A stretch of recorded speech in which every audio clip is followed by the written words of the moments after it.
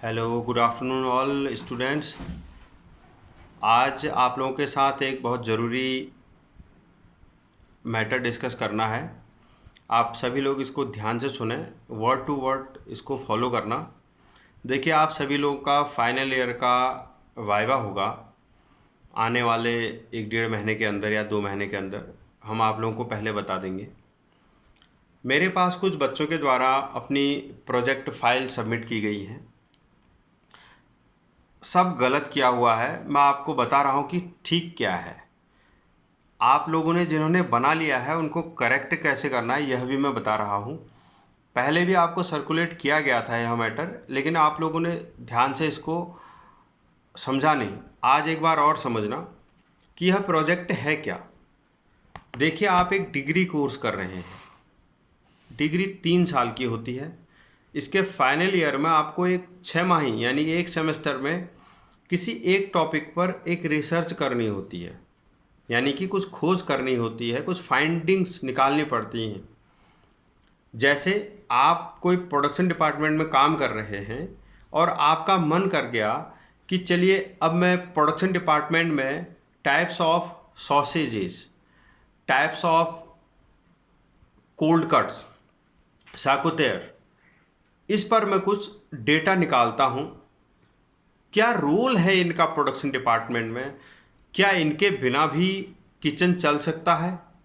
इन सब चीज़ों को फाइंड आउट करने के लिए आपने एक खोज की, आपने 4-5 किताबें पढ़ी, आप इंटरनेट में गए, आपने कुछ www.kukri.com की किताबें ऑनलाइन पढ़ी, कुछ आपने निकला रिजल्ट कि भाई सॉसेजेस कब से आए, हैम कब आया, बेकन कब आया, क्यों आया, क्या न्यूट्रिटिव वैल्यू है, किसके साथ में खाया जाता है, क्यों खाया जाता है, ये तमाम बातें आपने फाइंडिंग्स की। तब आपने एक टाइटल पहले जो सेट किया था वह हो सकता है role of cold kitchen in modern kitchen, मान लो यह था। तो कोल्ड किचन का रोल क्या है यह फाइंड आउट करने के लिए आपने 3-4-5-6 महीने अपने किसी सुपरवाइजर, अपने ही होटल के किसी एग्जीक्यूटिव शेफ या उसके जूनियर सीडीपी जो सहायक हो सकता है उससे भी मदद ली। वह आपका सुपरवाइजर हो गया। उससे पूछा कि सर मैं ये कर रहा हूँ, उसने बोला हाँ तू ये कर। जब नतीजा निकल कर आया आपने अपनी कॉपी में उस खोज को लिखना शुरू करा। यह आपका प्रोजेक्ट है। अगर आप देख पा रहे हो, मैं नहीं कहता कि इस तरह बनाना है या यही बनाना है, कुछ ऐसा बनाना है जो कि साफ साफ दिखे, समझ में आए। यह आपके लाइब्रेरी में रखी जाती है, आपकी 6 महीने की मेहनत है। इसमें कुछ फॉर्मेट्स हैं। यहाँ पर आपका टाइटल होता है, यहाँ पर किसी बच्चे ने लिखा है food and beverage service. Food and beverage service कोई टॉपिक नहीं है, यह सब्जेक्ट है, आप सभी लोग जानते हैं, यह डिपार्टमेंट है। आप कहते हैं role of food and beverage service in hotel, समझ में आता है कि ये फूड एंड बेवरेज सर्विस का जो डिपार्टमेंट है इसका हॉस्पिटैलिटी इंडस्ट्री या होटल में क्या योगदान है, उस पर आपने फाइंडिंग्स करी। आपने खोज की कि इसके बगैर देखो ये कॉफ़ी शॉप इनसे चल रहा है, रेस्टोरेंट ये चला रहे हैं, बैंक्वेट एफएनबी चला रही है, बार एफएनबी चला रही है। अगर यह डिपार्टमेंट नहीं होगा, हो सकता है कि कई सारे गेस्ट आपके पास इस वजह से ना आए कि आप यह फैसिलिटी फूड एंड बेवरेज के लोगों को नहीं दे रहे। मतलब जरूरी चीज़ है क्या, फूड एंड बेवरेज डिपार्टमेंट का रोल अहम है। आपने यही सीखा, आपने विस्तार से अपने इन पन्नों में समझाया उसको पीछे कि क्या होता है एफएनबी ये सब। लास्ट में देखिए, आखिर में जब पन्ने आपके आखिरी होते हैं तब आप पूरी कहानी लिखने के बाद एक हेडिंग लिखते हो फाइंडिंग्स। मतलब कि फाइंडिंग, निचोड़ क्या है, क्या सीखा, क्या हमने इससे निकल कर आया है, पूरा फाइंडिंग्स हेडिंग। फाइंडिंग में लिखोगे फूड एंड बेवरेज डिपार्टमेंट किसी भी होटल का एक अहम हिस्सा है, अहम डिपार्टमेंट है, जो कि हमारे गेस्ट्स को, आने वाले कस्टमर्स को, गेस्ट को तमाम प्रकार के व्यंजन फूड एंड बेवरेज की उपलब्धता कराता है। इसमें हमारे अलग अलग सेक्शंस हैं, रेस्टोरेंट, कॉफ़ी शॉप, ये सब। और इन सारे डिपार्टमेंट में हमने यह फाइंड आउट की है कि अलग अलग प्रकार के ही व्यंजन या फूड या बेवरेज बनाए भी जाते हैं। लोग अपनी आवश्यकता अनुसार ऑर्डर दे देते हैं और प्लेस कर लेते हैं। जैसे coffee shop is different from a regular restaurant, restaurant is totally different from a bar. ये सब चीज़ें आपकी फाइंडिंग में निकल कर आई। नतीजा यह आया यहाँ कहीं जाकर कि भाई बहुत अच्छी बात है और फूड एंड बेवरेज डिपार्टमेंट एक होटल में होना चाहिए, ये काफ़ी लाभप्रद है। होटल की इनकम जनरेट होती है, होटल का रेवेन्यू इन्हांस करता है, लोगों के एम्प्लॉयबिलिटी बढ़ती है, राइट। ये एक फाइंडिंग्स होगी, आपने तमाम बातें की। अगले पन्ने में यहाँ पर लास्ट में एक चीज़ होता है रेफरेंस, जो बता रहा हूँ ध्यान से सुनना, दोबारा पूछना होगा, आप मुझे पूछ सकते हो, गलती नहीं करना। रेफरेंस, रेफरेंस का मतलब होता है यह जो आपने पन्ने लिखे हैं, कहाँ से लिखे, कौन सा स्रोत था, गूगल से पढ़ा, लिखो www.wikipedia.com, लिखो www.kukri.com, जहाँ से पढ़ा, जहाँ से ये पन्ना लिखा है, पेज संख्या 65 आपने अगर जहाँ से लिया है वो लिखो इसमें रेफरेंस में। इसके अलावा आपने यदि कोई किताब पढ़ी है, टेक्स्ट बुक पढ़ी है, उस राइटर का नाम लिखो, है ना। एस.एन. बागची है, आपने ऑक्सफोर्ड के अच्छे किसी पब्लिशर से कोई किताब पढ़ी है, उसको लिखिए। रेफरेंस आपके 8-10 होने जरूरी हैं, फाइंडिंग्स और रेफरेंस, ठीक है।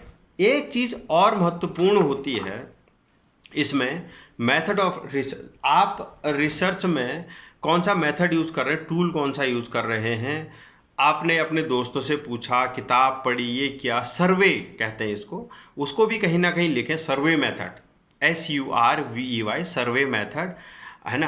कि आपने किसको पूछा, आपने अपने दोस्तों से पूछा, आपने अपने सीनियर से पूछा, किसने बताया, इसको भी मेंशन करेंगे। छोटा सा यह आता है। मैं आप पूरी बात को कंक्लूड कर रहा हूँ। आपका है प्रोजेक्ट बन रहा है, आप सभी लोग इस प्रोजेक्ट को प्रॉपर टाइटलिंग करेंगे, सब्जेक्ट नहीं लिखेंगे जो food and beverage service production ये सब नहीं, आप एग्जैक्टली वह टाइटल लेंगे जिस पर आप काम कर रहे हैं। वह काम क्या है, जैसे आप फाइंड आउट कर रहे हैं बार एंड इट्स टूल्स, इतना सा। या दूसरा आपका हो सकता है catering and role of catering in food and beverage service, right. F&B में और बन सकता है आपका, F&B आउटलेट बन सकते हैं, फाइंडिंग्स भी आएंगी। F&B आउटलेट कैसे कैसे क्या क्या बने, पब आ जाएगा, नाइट क्लब आ जाएगा, देखिए डिस्कोथेक आ जाएगा उसमें। हाउसकीपिंग में इक्विपमेंट आ सकते हैं, एजेंट आ सकते हैं, इनका रोल आ सकता है, इनके एडवांटेजेज आ सकते हैं, इनके फ़ायदे आ सकते हैं, इनके नुकसान आ सकते हैं। फिर आखिर में आपने लिखना है क्या फाइंडिंग्स हैं। जब आपने हाउसकीपिंग के एजेंट पढ़े, क्लीनिंग एजेंट पढ़े, मैनुअल पढ़े, मैकेनिकल पढ़े, तमाम चीज़ें पढ़ी, तब आपको फाइंडिंग्स क्या आए कि जो आज के दौर में केमिकल एजेंट आप यूज़ कर रहे हैं, these are beneficial for linen, beneficial for floor, beneficial for subject जहाँ पर इनको यूज़ कर रहे हैं आप, सरफेस, अच्छे हैं या बुरे हैं। जो फाइंडिंग्स आए वो लिखिए और अगले पन्ने में रेफरेंस कहाँ से सीखा, कहीं ना कहीं से तो लाए हैं ना आप उसको, वो सारे रेफरेंस आपको लिखने हैं। हाँ, अब कंक्लूजन, यह आपका पहला पन्ना, ठीक है। दूसरा पन्ना आपका जो होता है वो पहला पन्ना ही होता है। यहाँ पर आता है एक सर्टिफिकेट, जिस गाइड के साथ, जिस सुपरवाइजर के साथ आप काम कर रहे हैं, वह यहाँ सर्टिफिकेट लिखा हुआ आता है कि यह इसका अपना काम है और बच्चे ने खुद किया हुआ है मेरे सुपरविजन में। यहाँ पर डिक्लेरेशन आपके द्वारा, यह मेरा ओरिजिनल काम है। इसकी कॉपी चाहे तो आप पल्ले सर से ले सकते हैं। ये दो पन्ने, one is certificate, second is declaration, both should be there. इसके बाद आपका content, third one is content. देखिए कंटेंट का मतलब क्या होता है कि टेबल कंटेंट।